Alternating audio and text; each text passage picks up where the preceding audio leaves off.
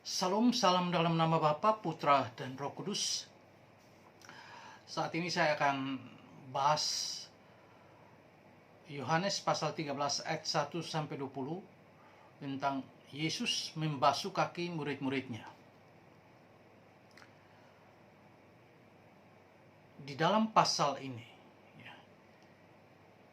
Yesus memulai dengan pembukaan Paskah.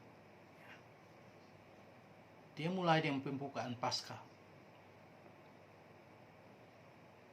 Karena pembasuhan kaki itu menggambarkan tentang Paskah.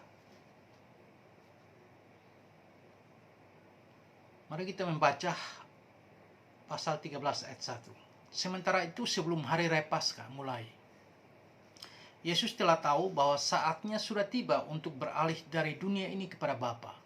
Sama seperti ia senantiasa mengasihi murid-muridnya, demikian sekarang ia mengasihi mereka sampai kepada kesudahannya. Nah, kata Paskah, di mana Yesus ingin menggenapi Paskah yang dilakukan Musa di tanah Mesir. Kita melihat Paskah yang diadakan Musa di tanah Mesir. Itu Musa memerintahkan bangsa Israel untuk menangkap seekor domba, dan disembelih, darahnya dioles di tiang pintu rumah atas, supaya dioles dengan tanda salib, supaya malaikat maut itu lewat dan dia melihat darah itu, maka dia melewati rumah orang-orang Ibrani. Sedangkan setiap rumah yang tidak ada olesan darah anak domba yang berbentuk salib itu, maka anak sulungnya akan mati semua. Jadi Paskah itu berarti melewati maut. Paskah itu berarti melewati laut Teberau, melewati padang gurun. Paskah itu berarti keluar dari perbudakan tanah Mesir.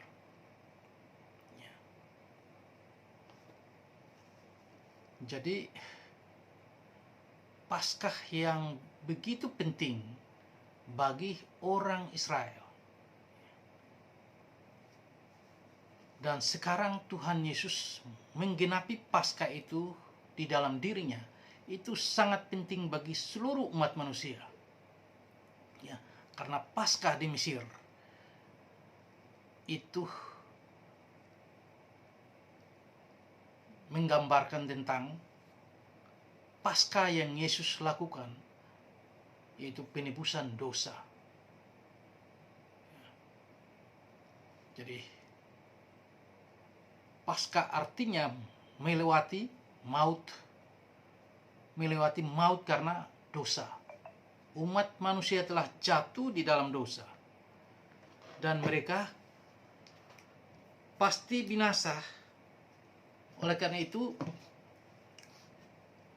Tuhan Yesus melakukan Paskah itu, dan ia rela mati bagi umat manusia sebagai anak domba Allah yang diutus Allah untuk menghapus dosa manusia, supaya kita lewat dari maut, kita lewat dari kematian dan memperoleh hidup yang kekal.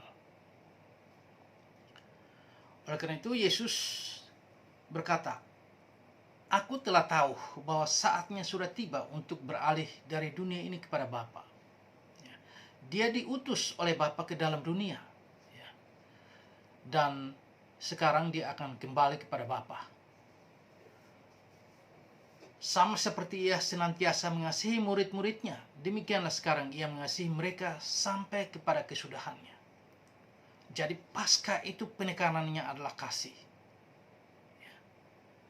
Kasih itu menjadi pengikat bagi Allah dan umat manusia. Allah tidak menghendaki supaya satu orang pun binasa. Itulah sebabnya ia mengutus Yesus datang untuk mati bagi umat manusia.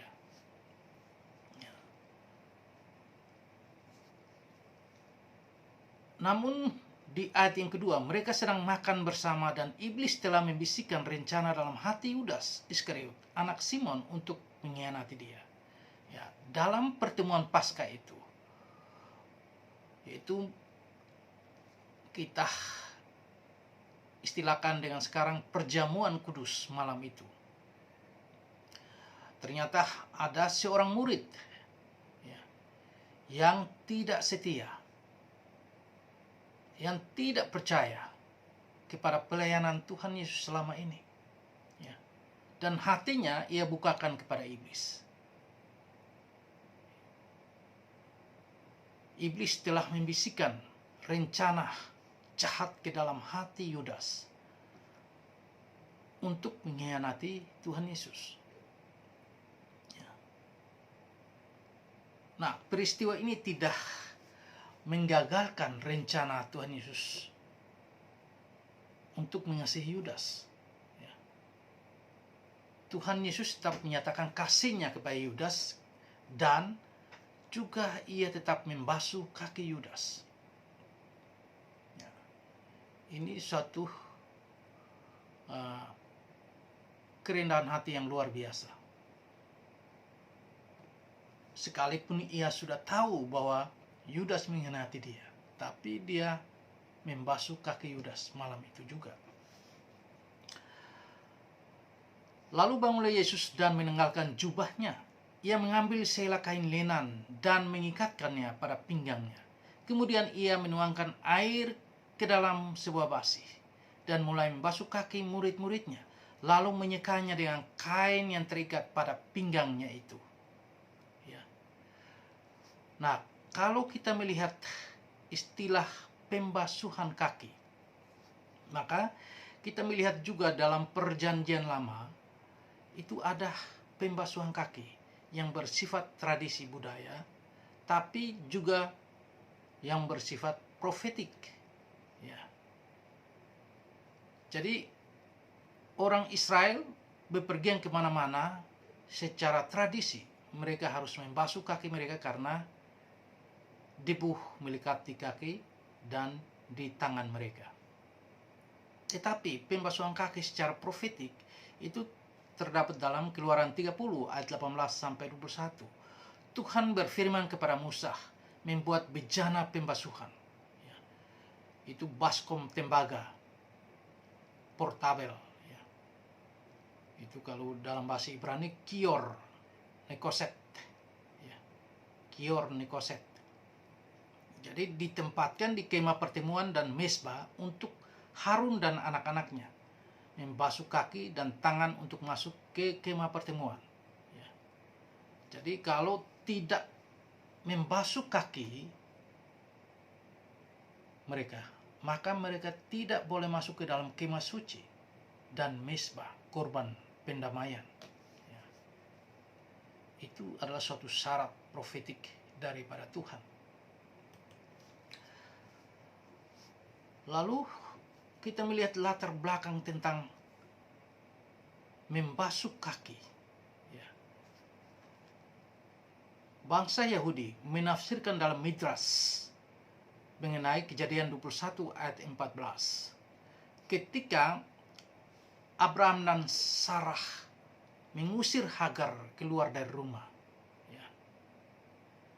Lalu sal dari Hagar atau kain lenan dari Hagar itu Abraham mengambil dan mengikatkan pada pinggang daripada Hagar dan diusir pergi, supaya setiap orang yang bertemu dengan Hagar melihat bahwa dia adalah seorang perempuan budak, ya, bukan perempuan merdeka, tapi perempuan budak. Nah, dari hal ini kita melihat bahwa yang melakukan pembasuhan kaki itu adalah seorang budak, seorang hamba, dan selalu dilakukan oleh kaum perempuan dan anak-anak. Laki-laki dewasa tidak. Namun di sini Yesus melakukan hal itu dan murid-murid menjadi heran. Ya. Kalau kita melihat dalam ayat 3, itu Yesus tahu bahwa Bapanya telah menyerahkan segala sesuatu kepadanya dan bahwa ia datang dari Allah dan kembali kepada Allah. Kalau kita bandingkan dengan Matius pasal 28 ayat 18, kepadaku telah diberikan segala kuasa di surga dan di bumi. Nah, dia memiliki kuasa di surga dan di bumi. Segala sesuatu telah diserahkan diserahkan Bapa kepadanya. Tetapi saat ini dia tanggalkan semuanya itu. Dia tidak memperhitungkan keagungan, kemuliaan, kebesaran itu. Tapi ia mau membasuh kaki murid-muridnya.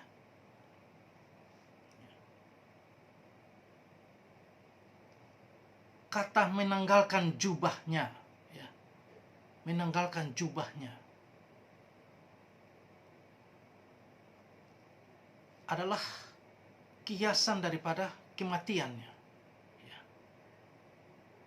Dia menanggalkan sesuatu yang penting dari dirinya demi orang lain. Ya. Lalu dia mengambil sehelai kain lenan mengikatkan pada pinggangnya.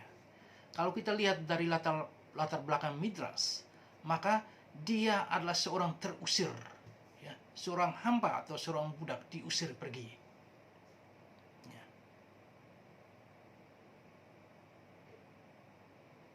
Jadi kata-kata ini sangat tajam dan bermakna teologis. Kata-kata ini sangat penting bagi Allah, di mana kita mengenal maksud dan rencana Allah tentang keselamatan, tentang dosa,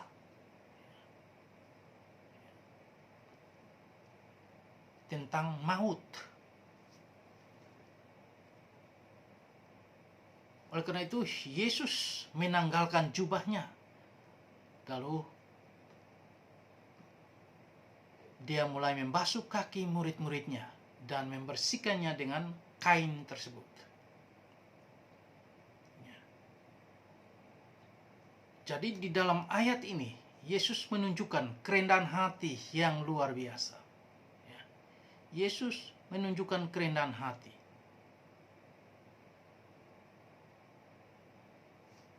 Kita melihat di dalam ayat 1-3. Ya. Peristiwa ini adalah peristiwa Paskah, di mana Yesus menyatakan kasih-Nya kepada mereka. Ya. Yesus menyatakan kerendahan hatinya kepada mereka. Dengan membasuh kaki, melepaskan jubah, adalah suatu gambaran di mana dia tidak memperhitungkan nyawanya. Dia rela untuk terusir, ya, terbuang. Dia rela untuk mati agar murid-muridnya atau agar umat manusia bisa diselamatkan.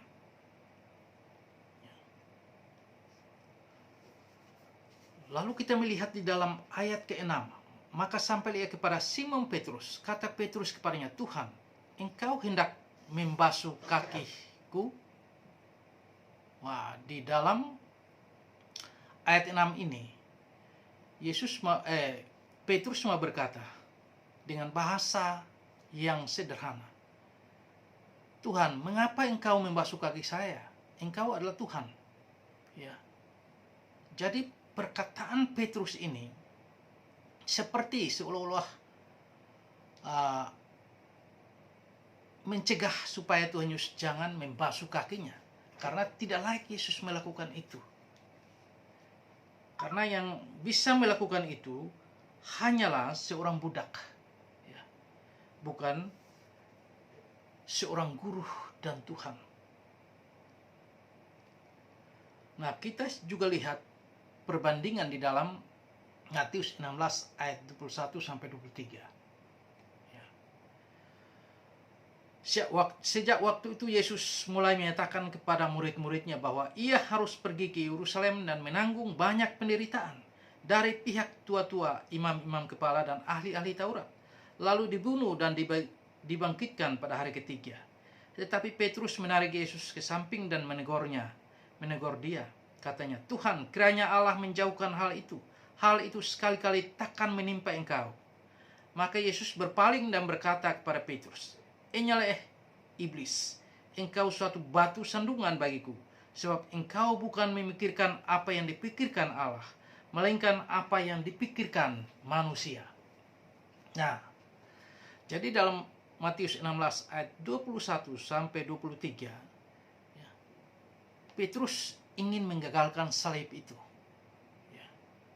Di sini Petrus seolah-olah juga ingin menggagalkan pembasuhan kaki ini.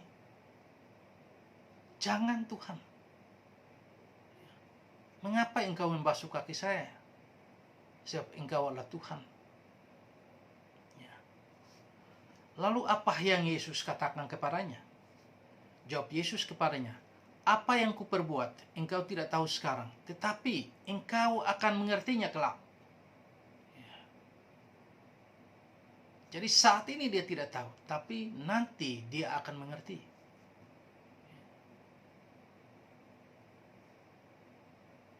Lalu kata Petrus kepadanya, engkau tidak akan membasuh kakiku sampai selama-lamanya.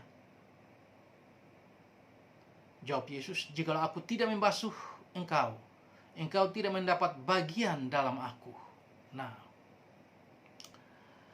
jadi Petrus banyak bicara dalam hal ini. Ya, dia banyak bicara. Dan dalam banyak pertanyaan-pertanyaan dia sangat bertentangan. Ia tidak mengerti maksud dan rencana Tuhan. Lalu Tuhan Yesus menjelaskan tentang maksud pembasuhan kaki itu. Jikalau aku tidak membasuh engkau tidak mendapat bagian di dalam aku. Ya. Kata bagian dalam bahasa Yunani, meros. Dalam bahasa Ibrani, nakala, artinya pusaka atau harta milik.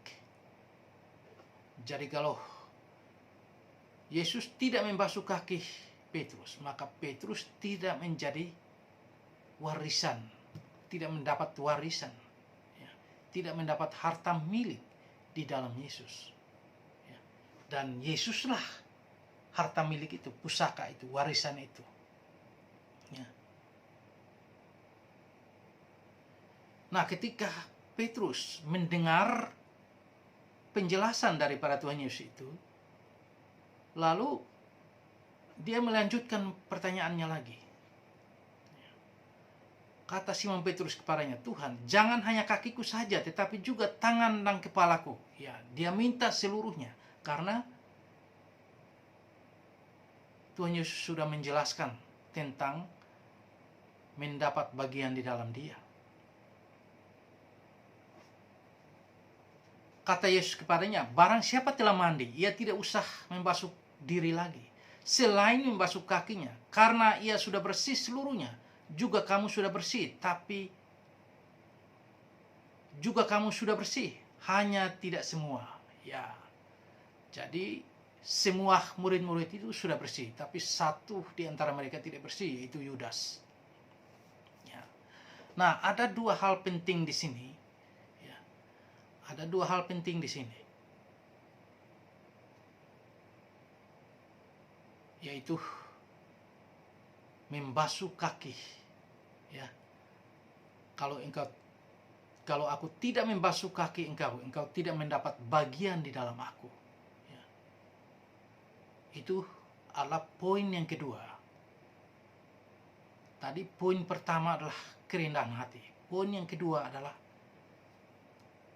pentahiran atau penebusan dosa. Jadi kalau Petrus tidak menerima pembasuhan kaki itu, maka dosanya tidak akan diampuni. Ya. Ia tidak akan ditahirkan oleh Tuhan Yesus.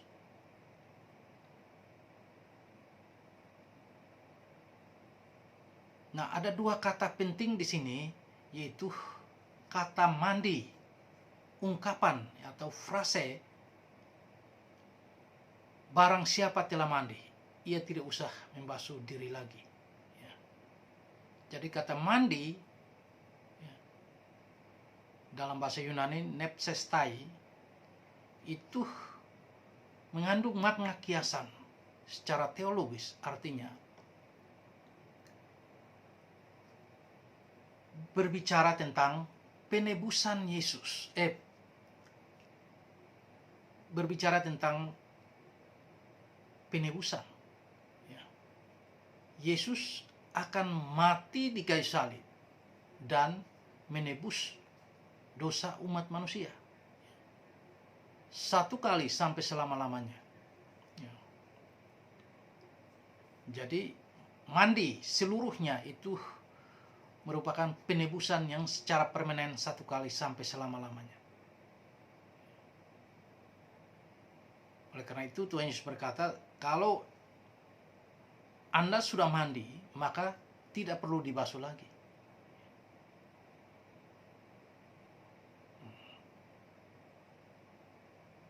Kalau sudah mandi tidak perlu dibasuh.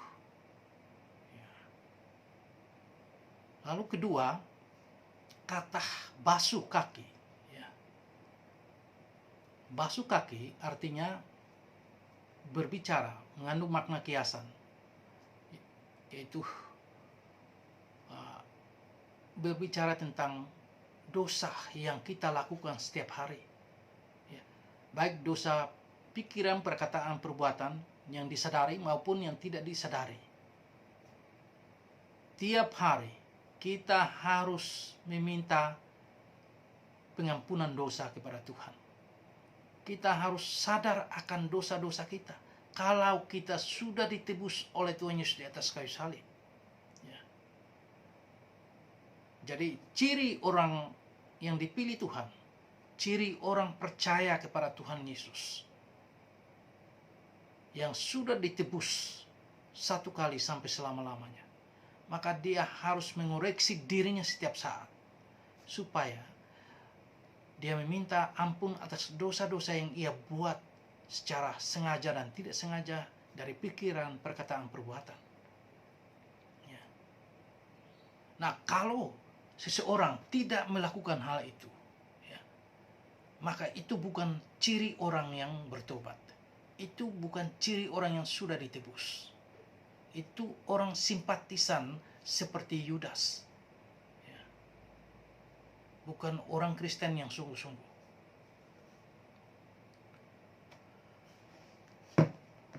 Lalu kita melihat dari ayat 1 sampai ayat yang ke-10. Ya.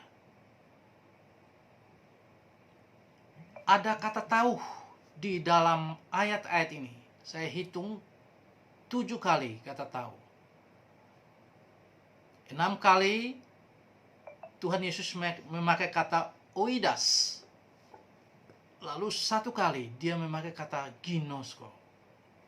Ya. Kata ini sangat penting bagi kita untuk memahami maksud dan Tuhan Yesus. Maksud Tuhan Yesus. Ya. Nah, para murid sendiri tidak memahami akan hal ini. Itulah sebabnya Petrus bertanya-tanya terus. Karena dia tidak memahami apa itu oidas. Apa itu ginosko. Para murid yang lain pun tidak paham. Ya. Itulah sebabnya tidak ada satupun tergerak hatinya untuk membasuh kaki. Karena mereka melihat itu sebagai suatu pekerjaan rendahan, suatu pekerjaan seorang budak. Nah, kata oidas, kalau kita baca ayat 1, Yesus telah tahu bahwa saatnya sudah tiba untuk beralih dari dunia ini kepada Bapa. Ayat yang ketiga, Yesus tahu bahwa Bapa telah menyerahkan segala sesuatu kepadanya dan bahwa ia datang dari Allah dan kembali kepada Allah. Ya. Ini adalah kata-kata yang penting.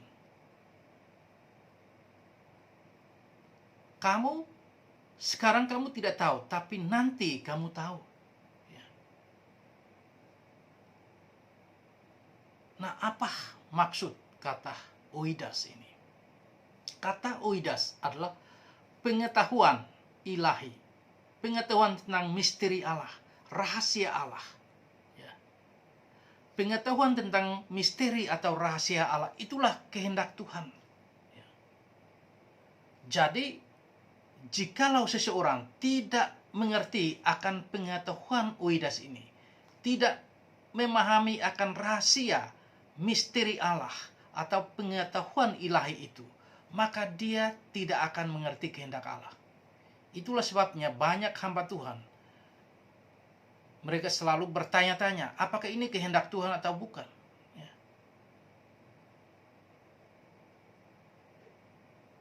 Mereka tidak paham tentang rahasia Allah. Nah, kalau tidak paham tentang rahasia Allah, maka tidak akan mengerti kehendak Allah. Maka salah bertindak, ya, salah bicara, salah melakukan, seperti Petrus dan Yudas. Ya. Yudas mengikuti Tuhan Yesus selama ini, tapi dia tidak mengerti rahasia Allah. Ia terpengaruh oleh hal-hal duniawi dan membuang hal-hal surgawi.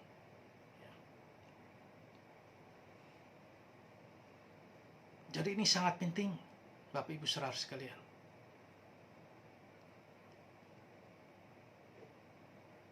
Nah, kata ginosko, ya, kata ginosko itu pengetahuan yang bersifat empiris, bisa diamati, dilihat dengan mata, dirasakan, diraba. Pengetahuan ini akan dilihat, diamati kalau sudah terjadi. Ya, sudah terjadi. Kalau belum terjadi, belum bisa dikatakan ginosko. Ya. Jadi sudah terjadi, baru mereka bisa mengerti, mengetahuinya. Ya. Dan hal ini mereka mengerti ketika Yesus mati di salib. Yesus mati di salib, baru rahasia itu, oidas itu, dipahami oleh mereka. Bahkan kalau Roh Kudus datang dan membuka hati mereka, pikiran mereka, baru mereka mengerti tentang kematian Yesus. Mereka mengerti tentang pembasuhan kaki, itu secara spiritual. Itu arti dari kedua kata tersebut. Nah, ayat 11, sebab ia tahu siapa yang menyerahkan dia, karena itu ia berkata, tidak kamu semua bersih. Ya, di antara satu kotor, ya, dibisikkan perkataan jahat di dalam hatinya oleh iblis, itu Yudas. Jadi ia tahu secara oidas, artinya dia tahu sebelumnya, ya. Ia tahu hal itu dari kekekalan.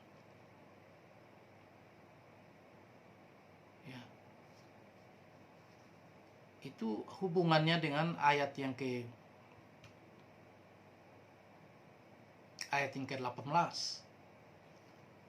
Bukan tentang kamu semua aku berkata, aku tahu, ya, siapa yang telah kupilih, tetapi haruslah genap nas ini.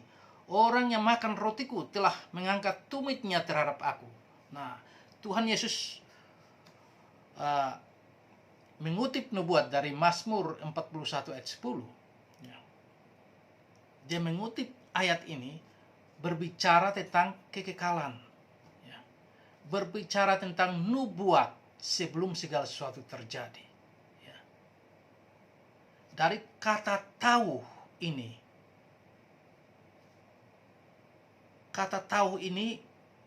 menyingkapkan tentang pribadi Yesus, siapa Yesus, ya. Kata oidas itu menyingkapkan tentang diri Yesus, siapa dia, ya. kepadaku telah diberikan segala kuasa di surga dan di bumi. Aku datang dari Allah dan akan kembali kepadanya. Ya, oidas. Berarti kata ini membantu mengungkapkan tentang siapa diri Yesus.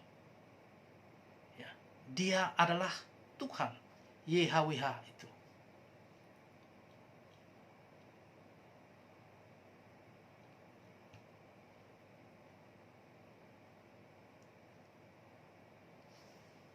Di ayat 12 dan 13, 14, sesudah ia membasuh kaki mereka, ia mengenakan pakaiannya dan kembali ke tempatnya. Lalu ia berkata kepada mereka, mengertikah kamu apa yang telah kuperbuat kepadamu? Kamu menyebut aku guru dan Tuhan, dan katamu itu tepat, sebab memang akulah guru dan Tuhan. Jadi jikalau aku membasuh kakimu, aku yang adalah Tuhan dan gurumu, maka kamu pun wajib saling membasuh kakimu. Nah, Bapak Ibu Saudara sekalian, kita lihat di dalam ayat 12 dan sampai 14. Yesus setelah selesai membasuh kaki, dia kembali ke tempat duduknya. Lalu dia bertanya kepada mereka, mengertikah kamu? Dan sepertinya mereka belum mengerti akan hal apa yang Yesus lakukan. Ya. Tapi tiap hari murid-murid memanggil dia guru dan Tuhan. Dan Tuhan Yesus berkata, katamu itu tepat. Memang akulah guru dan Tuhan. Jadi di dalam ayat ini, Yesus mengaku bahwa dirinya adalah guru dan Tuhan. Ya. Ini pengakuan dari Tuhan Yesus sendiri. Jadi kalau orang Muslim berkata bahwa Yesus itu tidak pernah berkata bahwa dirinya adalah Tuhan. Nah, baca ayat ini. Aku adalah guru dan Tuhan. Ya.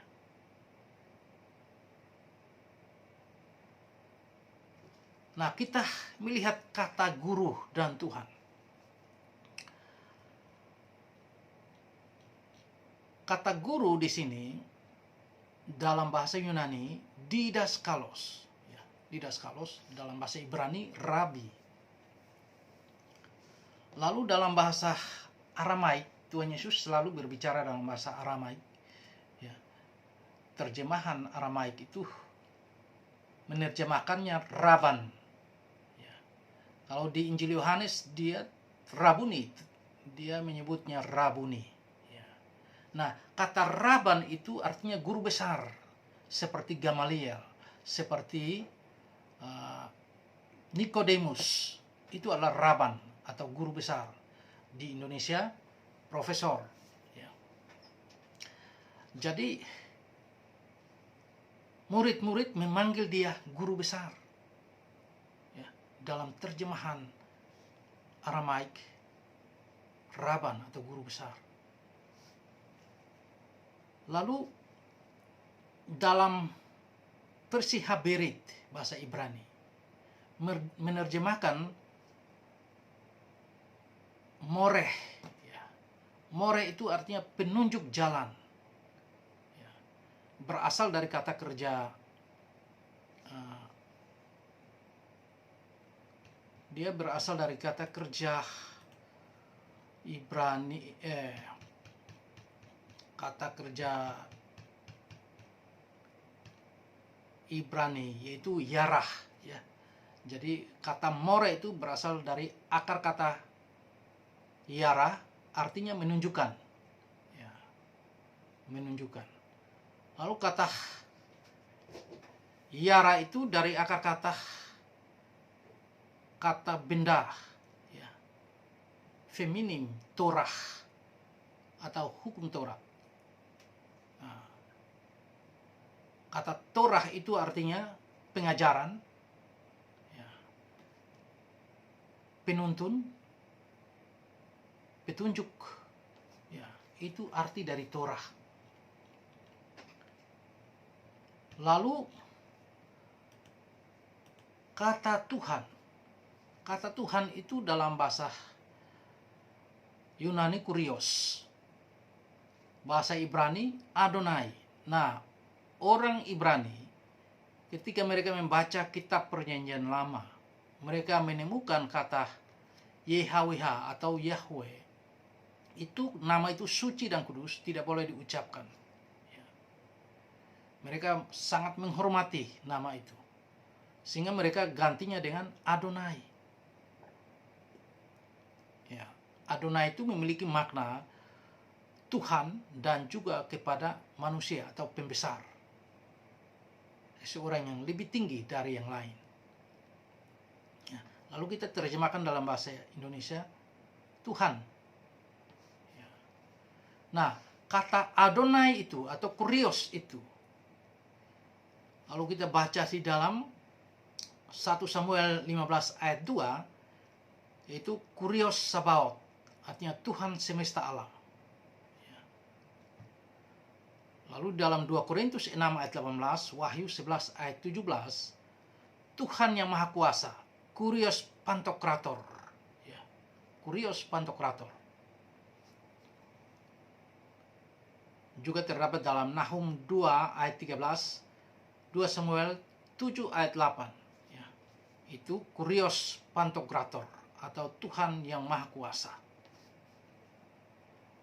Lalu terdapat juga dalam 1 Timotius 6 ayat 15, Kurios ton, kureonton, Tuhan atau Tuan dari segala Tuhan. Ya.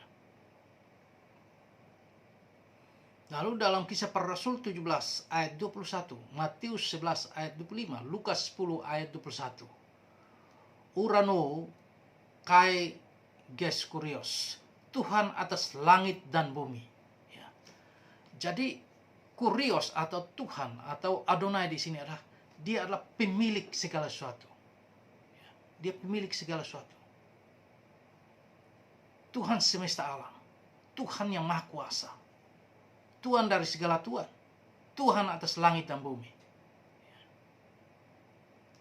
Nah, jadi kedua kata ini, Tuhan, Guru dan Tuhan, menyatakan kepada kita bahwa dialah Tuhan yang memberi Taurat itu kepada Musa di Gunung Sinai.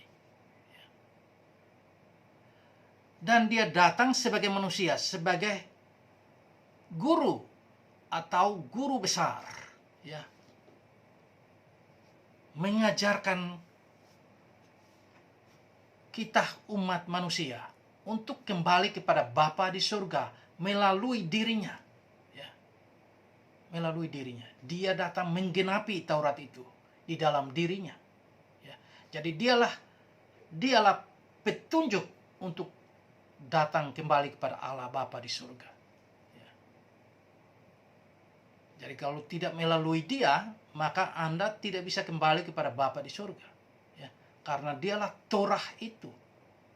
Dialah firman itu. Ya, bukan kata-kata. Dia yang memberi, dia datang menggenapi. Ya. Yaitu di ayat 13 dan 14 itu. Ya. Nah, di ayat 14 juga ada penekanan yang penting di situ.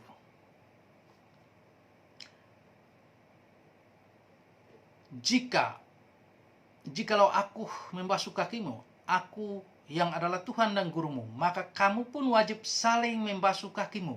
Nah, kata wajib di sini artinya berhutang. Ya, berhutang. Apa hutang yang kita lakukan? Ya. Jikalau kita tidak saling membasuh kaki, maka kita berhutang. Hutang apa? Hutang kasih, hutang kerendahan hati, ya. Hutang saling mengampuni. Ya. Jadi kalau kita tidak mau membasuh kaki satu sama lain, kita berhutang. Ya. Kita berhutang kasih, berhutang kerendahan hati, berhutang saling mengampuni dosa. Dan kalau kita tidak melakukan itu, maka kita tidak akan mungkin bersatu satu sama lain. Kita juga tidak mungkin bersatu dengan Allah. Ya. Sebab barang siapa mengampuni saudaranya, maka Bapakku di surga juga mengampuni dia. Ya. Itulah sebabnya kita harus saling membasuh kaki. Harus merendahkan diri. Harus mengasihi. Harus memaafkan kesalahan-kesalahan sesamamu. Supaya kamu menjadi bagian di dalam Yesus.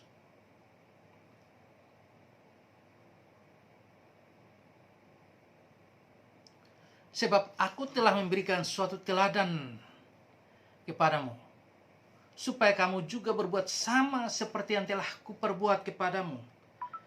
Nah, teladan. Bapak Ibu, teladan itu sangat penting. Ya. Kata teladan itu menunjukkan kepada perilaku, ya, sikap dan sifat yang melekat dalam diri seseorang, yang perlu ditiru dan dicontoh. Ya. Nah, apa yang perlu kita tiru di dalam teladan Yesus? Ya. Apa yang perlu kita tiru? Yang kita tiru itu adalah teladan dalam penderitaannya. Ya. Yang perlu kita tiru itu adalah teladan dalam kerendahan hati. Yang perlu kita tiru itu adalah teladan dalam mengasihi. Ya. Itu sangat penting dalam teks ini. Jadi kalau kita tidak tiru itu, menjadi teladan, menjadi sifat, ya, atau menjadi perilaku, menjadi karakter di dalam diri kita, maka kita gagal dalam pelayanan itu. Kita gagal dalam mengikuti Yesus, mengiringi Yesus. Kita akan patah di tengah jalan, seperti Yudas. Karena Yudas tidak mengikuti akan hal ini.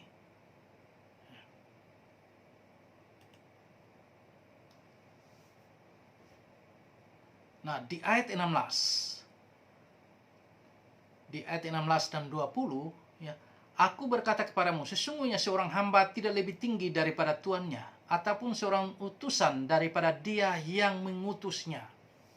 Nah, ayat ini berbicara tentang ketaatan, ya, ketaatan, ketundukan, kesetiaan. Jadi seorang yang mengasihi, seseorang yang rendah hati, ya, seseorang yang mengampuni kesalahan sesamanya, maka dia harus apa? Dia harus taat, tunduk, ya, kepada kepemimpinan. Dia harus taat dan tunduk kepada orang yang memimpinnya. Yaitu itulah sebabnya dikatakan di sini seorang hamba tidak lebih tinggi daripada tuannya. Ya. Jadi antara kita dan Yesus, Tuhan Yesus, kita harus taat dan tunduk kepada pimpinan Tuhan Yesus. Ya. Kita harus menerapkan itu dalam pelayanan kita bersama tim pelayanan kita. Kita harus taat dan tunduk kepada kepemimpinan. Sama seperti Tuhan Yesus berkata, seorang utusan daripada dia yang mengutusnya. Yesus adalah seorang utusan datang ke dalam dunia. Ya, yang mengutus adalah Bapa. Dia harus taat dan tunduk kepada Bapa di surga sampai mati di salib. Ya. Karakter ini harus ada dalam karakter kita sebagai pelayan, sebagai anak-anak Tuhan. Maka kita akan sampai kepada kesudahannya. Ya. Ya.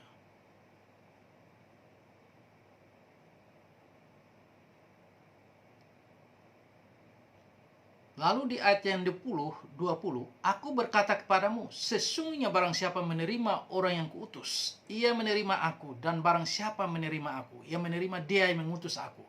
Nah, di dalam ayat yang 20, ini adalah relasi Yesus mengutus murid-muridnya.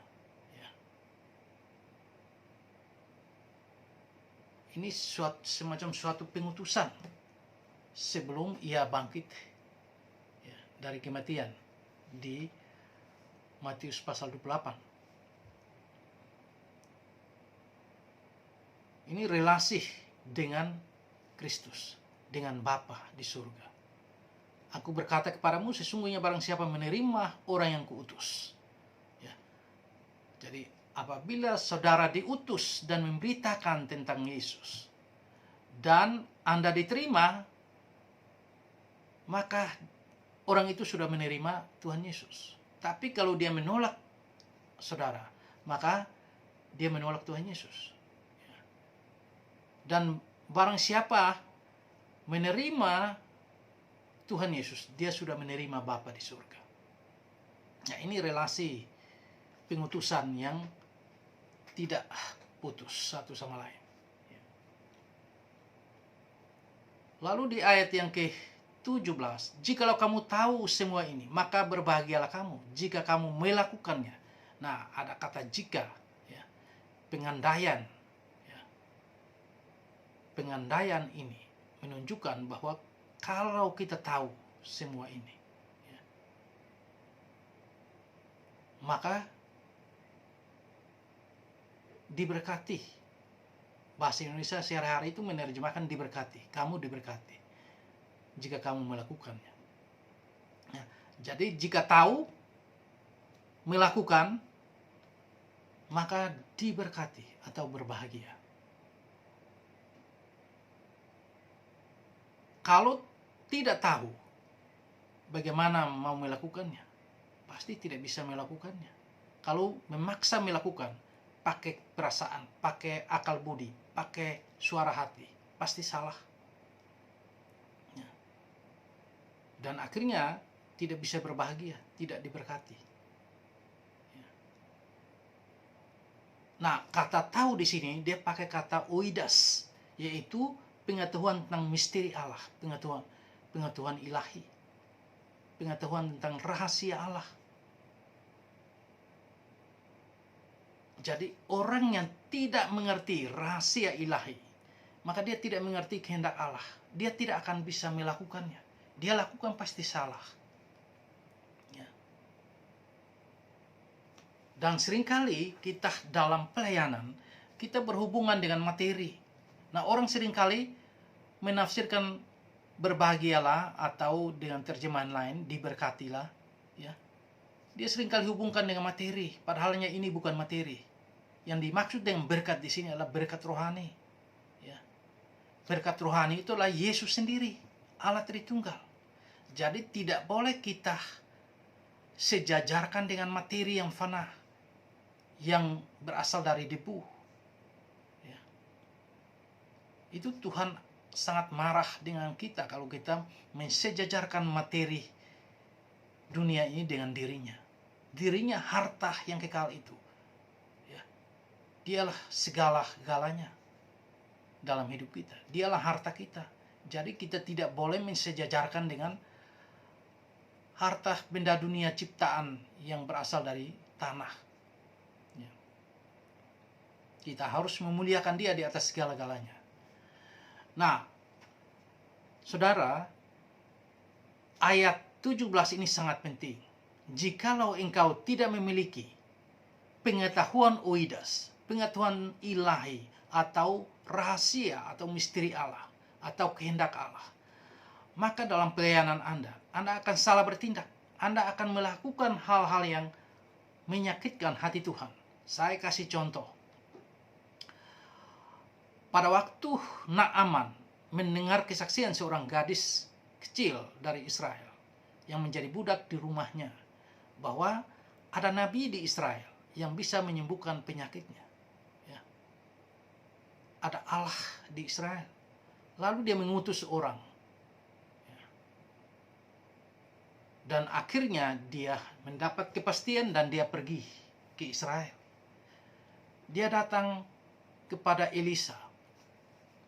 Lalu Elisa memerintahkan dia untuk mencelupkan dirinya 7 kali di dalam sungai Yordan. Lalu dia sembuh dari penyakitnya itu. Ya. Pada waktu dia sembuh dari penyakitnya itu, dia datang dengan bawaan yang sangat besar. Yaitu dia bawa emas dan perak. Ya.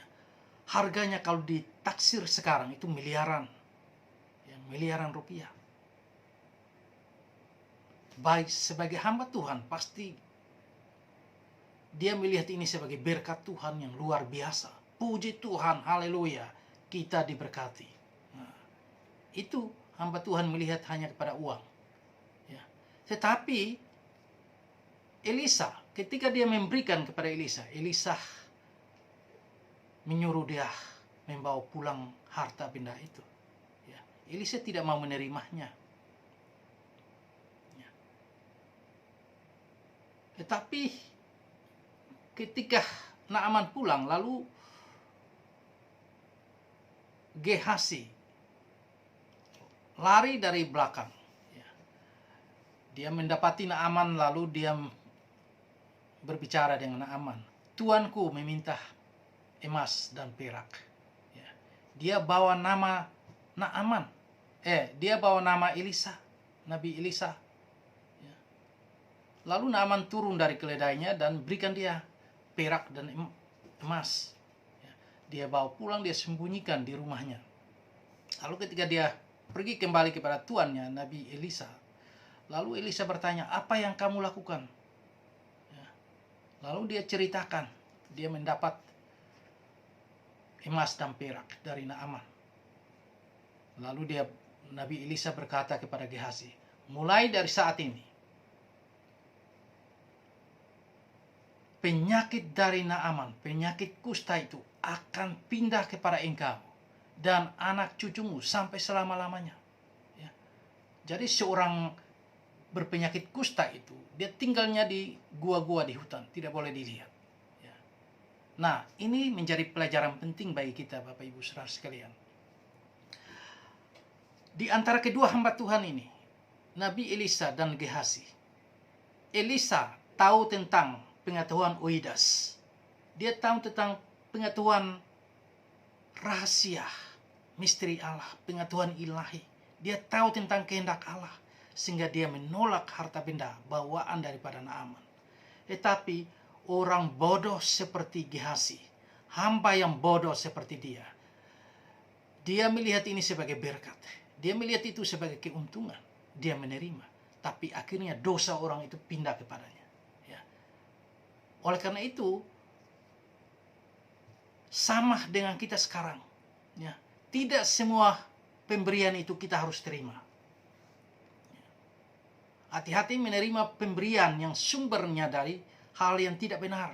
Dari korupsi. Dari pemerasan. Ya.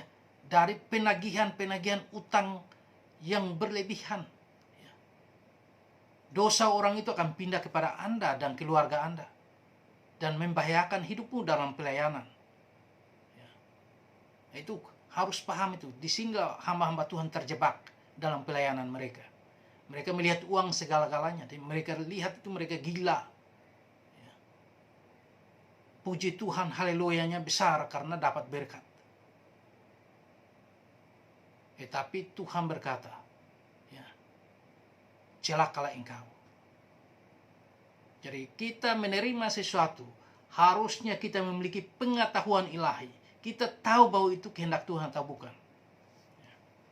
Jadi ayat ini sangat penting bagi kita.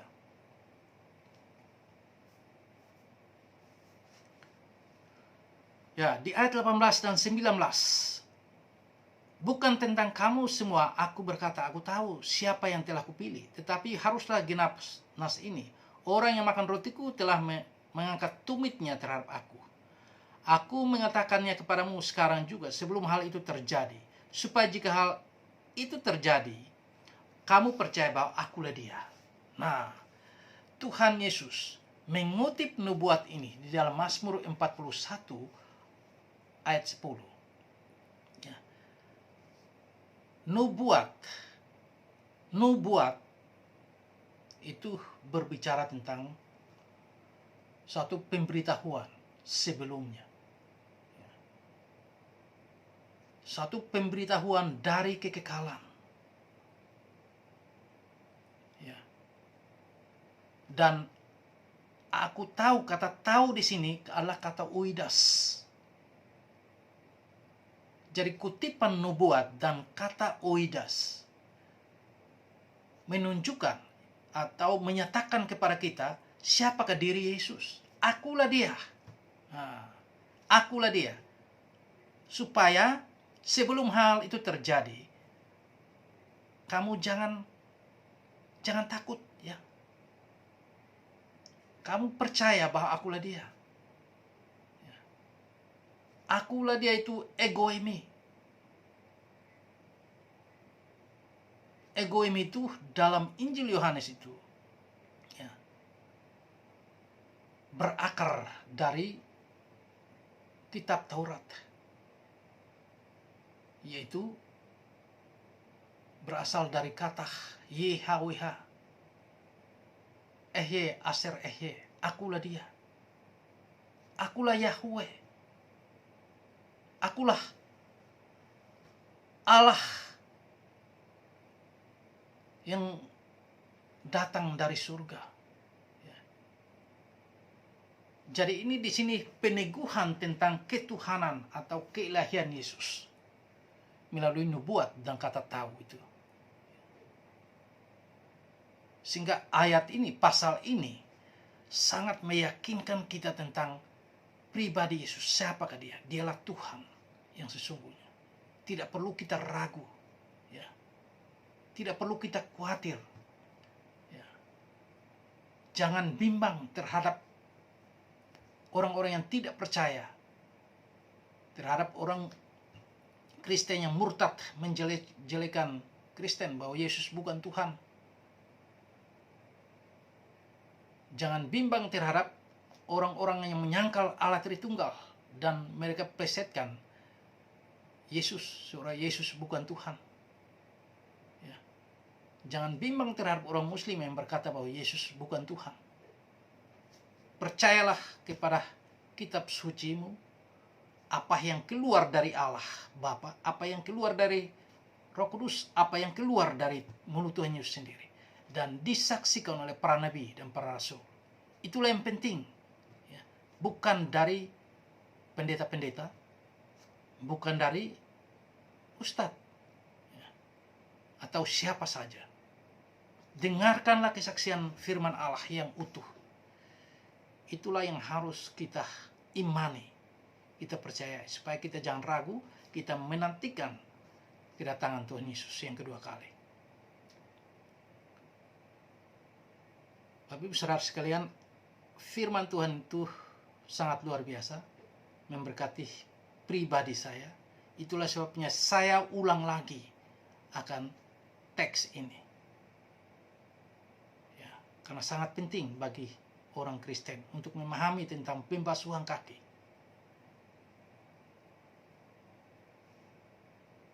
Melalui renungan ini, semoga setiap orang Kristen yang mendengarkan video ini diberkati hidupnya dan imannya semakin teguh, setia dan taat kepada Tuhan sampai selama-lamanya. Terima kasih dalam nama Bapa, Putra, dan Roh Kudus. Amin. Bapak Ibu, kita akan jumpa lagi bersama saya Alef Tao di lain kesempatan. Tuhan memberkati.